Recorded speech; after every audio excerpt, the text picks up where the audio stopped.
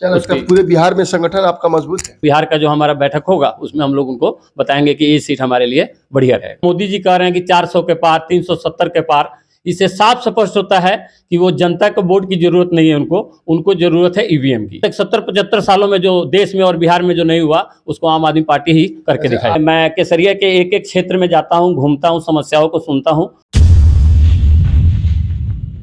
मैं हूं अफसर कमाल और आप देख रहे हैं न्यूज टाइम्स। इस वक्त मेरे साथ बेहद ही खास मेहमान है। एक्सक्लूसिव बात करने के लिए आम आदमी पार्टी के पूर्वी चंपारण के जिला प्रवक्ता और केसरिया विधानसभा से प्रत्याशी रहे रामाधार राय। रामाधार राय जी, न्यूज टाइम्स में आपका बहुत बहुत स्वागत। आपका भी बहुत स्वागत है जो आप आज हमारे बीच में आए हैं, और इसके लिए बहुत बहुत धन्यवाद आपका भी। और रमज़ान का महीना है, मुसलमान भाइयों को रमज़ान का मुबारक हो, और साथ ही हिंदू भाइयों को भी होली आ रही है उसका भी मुबारक हो। सर कैसे हैं, क्या लगता है आगामी लोकसभा चुनाव में आम आदमी पार्टी तो इंडिया गठबंधन में शामिल है, बिहार में आप कुछ सीट पे चुनाव लड़ेंगे कि नहीं? देखिए, हमारी जो मीटिंग हुई है बिहार स्तर पे, उस पे हम लोगों ने रिक्वेस्ट किया है कि पहले तो प्रोग्राम नहीं था लड़ने का, इंडिया गठबंधन में जो भी आएंगे हमारे बिहार से उनको मदद करना था। लेकिन अभी नीतीश जी जो अलग हुए हैं तो हम लोगों ने हाईकमान को बोला है कि हमें भी 2-3 सीट लेनी चाहिए, और स्थिति हमारी बहुत मजबूत है। तो हमने हाईकमान को बोला है, देखिए ऊपर से क्या आदेश आता है उस हिसाब से हम लोग। क्या लगता है पूरे बिहार में संगठन आपका मजबूत है? हाँ, आज अब पूरे बिहार में और हर एक जिले में हमारा संगठन मजबूत है, और हमारे जो भी साथी हैं पूरे तन मन धन से लगे हुए हैं। और हम चाहेंगे कि हमारी पार्टी हाईकमान हम ऊपर से 2-3 सीट लेके दे और हम लोग भी लड़ें और इंडिया गठबंधन को हम मजबूत करें। आप जिला प्रवक्ता हैं, आप पार्टी की तरफ से बात रखने के लिए आधिकारिक रूप से इसका आपको आदेश है, तो मैं ये जानना चाहूँगा कि आप लोगों ने कोई ऐसा जो बिहार का संगठन है, कोई ऐसा सीट को चिन्हित किया जिस हाईकमान को भेजा हो कि इन सीटों पे हम लड़े तो चुनाव जीत जाएंगे? नहीं, इस तरह का तो अभी हम लोग नहीं किए हैं, लेकिन हमारा जो पूरा हर एक जिला है बिहार का सब मजबूत है। और हाईकमान को भी जो यहाँ से मीडिया के थ्रू जा रहा है, जहाँ हम लोग जो पार्टी का फेसबुक है उस पर भी हम लोग दिन प्रतिदिन जो भी हमारे मतलब ऑल ओवर बिहार में जो भी हमारा प्रोग्राम हो रहा है उसको सारा लोड हो रहा है, और तो पार्टी को भी पता है। और इसके बारे में हम लोग एक बार मंथन कर लेंगे, जो पार्टी ऊपर से कहेगी कौन से सीट से लड़ना है, उस हिसाब से बिहार का जो हमारा बैठक होगा उसमें हम लोग उनको बताएंगे कि ये सीट हमारे लिए बढ़िया रहेगा। क्या लगता है कि आगामी लोकसभा चुनाव में बहुत जल्द अब तारीखों का ऐलान भी होना है, बिहार में इंडिया गठबंधन अच्छा परफॉर्मेंस कर पाएगी? देखिए सर, आज मेन हमारा है कि हमारा अगर संविधान बचेगा तभी देश बचेगा, तभी हम लोग बचेंगे। जो आज भाजपा की सरकार है वो संविधान को ही खत्म करना चाह रही है। कैसे लगता है कि संविधान को खत्म करना चाह रही है? देखिए, जो अभी एक चंडीगढ़ का भी बिल्कुल उदाहरण है आपके साथ। चंडीगढ़ का जो मेयर चुनाव लोकतंत्र का हत्या कर दिया गया, लेकिन हम सुप्रीम कोर्ट के बहुत तहे दिल से धन्यवाद करते हैं कि उन्होंने बहुत अच्छे ढंग से उसको देखा और समझा और रिजल्ट हमारे पक्ष में दिया। तो यहाँ साफ स्पष्ट हो रहा है कि आज जो मोदी जी कह रहे हैं कि 400 के पार, 370 के पार, इससे साफ स्पष्ट होता है कि वो जनता को वोट की जरूरत नहीं है, उनको जरूरत है ईवीएम की, और ईवीएम से कुछ भी कर जाएंगे। ऐसे इसी से क्लियर हो रहा है कि जिस तरह की चंडीगढ़ में जो हुआ है और आगे पीछे भी जो हुआ, आगे जो भी होगा, उससे स्पष्ट हो रहा है कि वो चाह रहे हैं कि लोकतंत्र खत्म कर दें और अपना राज करें। उसको अभी हमको बचाना है। अच्छा, आपको मतलब इसकी फिक्र लगी है कि लोकतंत्र को बचाना है? उसके बाद ही कुछ। अच्छा रामाधार जी, आपने संगठन के लिए बहुत वक्त देते हैं और बहुत दिनों रात मेहनत करते हैं। इसी विश्वास पे पार्टी ने आपको विधानसभा में भी टिकट दिया था, केसरिया से आप लड़े भी थे। आगे की क्या प्लानिंग है आपकी? देखिए, आगे का प्लानिंग है कि मैं जो खुद केसरिया विधानसभा के लिए मैं पूरे तन मन धन से लगा हुआ हूं, क्योंकि मेरा अपना क्षेत्र है। और पूरे ज़िले में भी मैं जहां भी कोई प्रोग्राम होता है पार्टी को मजबूत करने के लिए वहां भी जाता हूं और मेहनत करता हूं। और मुझे उम्मीद है कि अगर भाजपा का कोई अगर केंद्र में दूसरा विकल्प है तो आम आदमी पार्टी है, और बहुत तेज़ी से बढ़ रही है। बहुत थोड़े समय में हमारी पार्टी नेशनल पार्टी बन गई। इसके लिए जो भी जनता ने वोट दिया, गुजरात की जनता को हम बहुत बहुत धन्यवाद करते हैं कि उन्होंने हमारी पार्टी को नेशनल पार्टी बना दिया। और एक उभरती हुई मतलब एक जनता का एक जो आस है, केंद्रीय पार्टी जो भी है, जहाँ क्षेत्रीय पार्टी में, कि जो आम आदमी पार्टी है उससे सारी जो आज तक 70-75 सालों में जो देश में और बिहार में जो नहीं हुआ उसको आम आदमी पार्टी ही करके दिखाई। आपके शीर्ष नेताओं को जिस तरह से संजय यादव हुए, मनीष सिसोदिया, सॉरी संजय सिंह, मनीष सिसोदिया, इन दोनों को जेल में रखा गया है और लगातार आपके पार्टी सुप्रीमो अरविंद केजरीवाल जी के ऊपर ईडी, सीबीआई सबका छापा चल रहा है, समन आ रहा है, इसको लेकर क्या कह रहा है? देखिए, लोग, पहले आपको बोला मैंने कि लोकतंत्र में क्या है कि अब पहले का जो कानून था कि पहले अगर आप पे कोई दोष है तो आपको 10-15 दिन के लिए जेल में भेजकर और उसके बाद बेल पे दे दिया जाता था।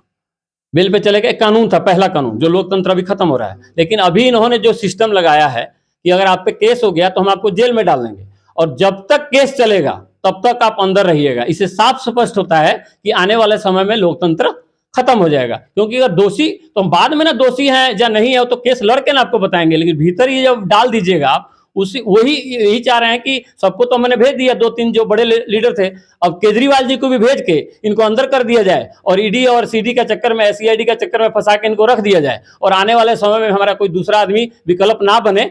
मतलब मेन डर इन्हीं से है, इसीलिए इनको चाह रहे हैं कि किसी न किसी तरीके से दल ढंग से इनको जेल में भेज के अंदर कर दें और बाद में हम आजाद हो जाएं और लोकसभा के चुनाव हम लोग जीत जाएं। क्या जिस तरह से अभी बीजेपी ने माहौल क्रिएट किया है पूरे देश भर में, मतलब राम मंदिर के मुद्दों को लेकर हो, जिस राम मंदिर का प्राण प्रतिष्ठा हुआ, इसे लेकर पूरे देश में बीजेपी इसको चर्चा कर रही है, इस मुद्दे को लोगों के बीच रख रही है, तो जिस तरह से माहौल अभी क्रिएट है, क्या लगता है इंडिया गठबंधन जो है इस हवा को, इस मतलब तूफान को रोक पाएगी? देखिए, ये बिल्कुल मोदी साहब जो है बिल्कुल गलत कर रहे हैं। राजनीतिक में तो धर्म को लेकर ही नहीं आना चाहिए।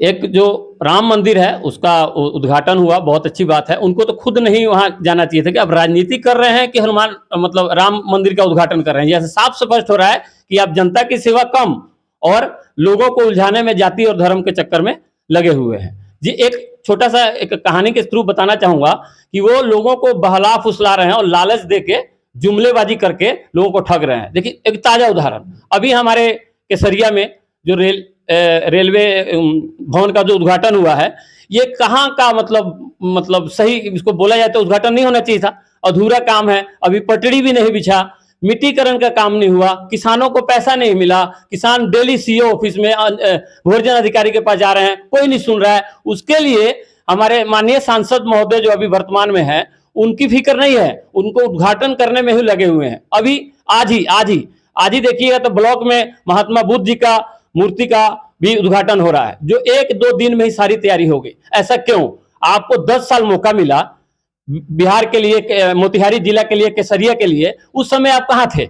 10 साल में आप रेल पटरी को बिछाकर आपने चालू क्यों नहीं कराया? आज महात्मा बुद्ध की मूर्ति का आप उद्घाटन कर रहे हैं जो आधा अधूरा है। कल मैं गया था ब्लॉक में, देख रहा था, प्लस्तर हो रहा है, सब कुछ हो रहा है। ऐसा क्यों? ये बाद में भी तो हो सकता है, लेकिन आज जो जनता जाग चुकी है, भाजपा के चक्कर में नहीं आएगी और भाजपा एक लॉलीपॉप देती है। जिस तरह एक छोटी सी कहानी से आपको समझाना चाहूंगा कि भाजपा क्या चाह रही है, लोगों को मूर्ख कैसे बना रही है। जैसे एक क्या हुआ कि किसी गांव या शहर में एक बड़े किसान के घर में लड़की की शादी थी और लड़की की जब शादी हो रही थी तो उनके माता पिता ने उसके लिए पलंग, पटिहार, बेड, टीवी, वॉशिंग मशीन, गहने, करोड़ों रुपए, लाखों रुपए खर्चा करके उसके लिए मतलब लिया कि उसको हम दान दहेज देंगे। उसके बाद क्या हुआ, इस चीज का एक गुंडा को पता लग गया, जो लुटेरे होते हैं, और उन्होंने क्या किया, ट्रक लेकर आए और सारा उसका कुछ लोड किए और लेकर चलते बने। जब जा रहे थे तो उनका जो सरदार था गुंडे का, तो वो बोला अपने साथियों को, सहयोगियों की, बताइए कि आप जो लड़की पक्ष है कहां पर है? तो बोले उस रूम में बंद किया गया है। जब रूम में गया तो उधर पूछा गया लड़की कौन है? तो सौमी हुई लड़की थी, क्योंकि लूट रहे थे तो सौमे हुए थे, तो लड़की बोली कि मैं हूं। तो उन्होंने क्या किया, उस गुंडे ने, जो सरदार था, उसने 100 रुपए निकाला और उस लड़की को दे दिया, जिसको बोलते हैं सगन के रूप में दे दिया, जिसको न्योता बोला जाता है कि 100 रुपए ले लो, और पूरा घर भरा उनको लेकर चले गए। आज मोदी जी भी उसी तरह पूरे देश को बेच दिए हैं, सब कुछ बेच रहे हैं। कोई भी सरकारी चीज मतलब जो पिछली सरकारों ने बनाया वो नहीं रह रहा है। तो और आपने 1300 सिलेंडर करके फिर उसको 100 रुपए कम कर दिया, मतलब सब कुछ आपने लूट लिया। जैसे लड़की का तो सब कुछ लूटा गया और उसको बाद में 100 रुपए दे दिया, तो बोला गया कि अब चल के केस करो उस गुंडे पे। तो लड़की वाले क्या बोलते हैं, नहीं वो सब कुछ लूट के ले गया, कोई बात नहीं, लेकिन उसने 100 रुपए सगन तो दे दिया। तो यही जो है कहानी बिल्कुल अच्छा मिसाल दे रहे हैं। हाँ, बिल्कुल नरेंद्र मोदी जी पे आ रहा है कि वो लोगों को 15 लाख का ध्यासा दिए और उसके बाद उन्होंने उनको कुछ नहीं दिया। रामाधार राय जी, अब आप चुनाव लड़ेंगे विधानसभा का 2025 में, अगर आपको विधायक बनने का मौका मिलता है तो केसरिया का कौन सा समस्या है जिसको आप सबसे पहले सुधार करना चाहेंगे, उस काम को करना चाहेंगे? मूल समस्या क्या लगता है? देखिए, इसके लिए हमने केसरिया में 2-3 बार धरना भी दिया है, जिससे पानी का निकास जो है यहाँ पर, जो इधर चौर का पानी का निकास है, बहुत बड़ा ये मुद्दा है। हमने कई बार दिया भी है उसको, सरकार को ज्ञापन दिया है धरना के प्रदर्शन के रूप में। 10-12 उसमें पॉइंट हैं जिस पे हम लोग काम करेंगे। शिक्षा का जो सुधार है वो जरूरी है, जो हमारी पार्टी का मेन मोटो है। जब शिक्षा का सुधार हो जाएगा, स्कूल हैं, खर्चा सरकार का सब कुछ हो रहा है, लेकिन व्यवस्था नहीं है, देखरेख नहीं है, उस पर शिक्षा और स्वास्थ्य के ऊपर हमारा पहले काम होगा। और केसरिया में जो भी मतलब समस्याएं हैं मेरे अंदर बसी हुई हैं, मैंने लिखा हुआ है, 10-15 पॉइंट है, जो पूरा अभी नहीं आपको बता सकता हूं, लेकिन मैं केसरिया के एक एक क्षेत्र में जाता हूं, घूमता हूं, समस्याओं को सुनता हूं, और जहां तक होगा जो जनता जो कहेगी ये समस्या हमारी है, उसको मैं प्रथम रूप में सुनूंगा, उसके बाद जो होगा हम लोग ऊपर से करेंगे। मेरे माध्यम से केसरिया की महान जनता से क्या अपील करना चाहेंगे? मैं केसरिया की महान जनता से ही अपील करना चाहूंगा कि एक बार जो अभी सरकार जो अभी केंद्र सरकार की लड़ाई है, इसमें आप लोग भाजपा को हराकर एक बारी इंडिया गठबंधन को आप लोग मौका दीजिए। 10 साल आपने उनको देखा, इंडिया गठबंधन को भी एक मौका दीजिए, क्योंकि इसमें लगभग इंडिया की सभी पार्टियां इसमें एकजुट आई हैं, और ये लोग क्या करके दिखाते हैं, मौका देंगे तभी पता लगेगा ना। तो एक मौका इस बार आप लोग भाजपा को हराइए, इंडिया गठबंधन को मौका दीजिए, और मैं आपको विश्वास दिलाता हूं कि इंडिया गठबंधन जो अपने देश के अंदर भाजपा ने लूट खसोट मचाया हुआ है, एक बार इनको मौका दीजिएगा तो ऑटोमेटिक है कि उनके जो लूट खसोट हुआ है उसको हम लोग उजागर करेंगे और आगे विकास की ओर पूरे देश को लेकर जाएंगे, और इंडिया को नंबर 1 पूरे देश में हम लोग बनाने का प्रयास करेंगे इंडिया गठबंधन के सरकार के द्वारा। बहुत बहुत शुक्रिया मेरे साथ बात करने के लिए और अपना कीमती वक्त देने के लिए।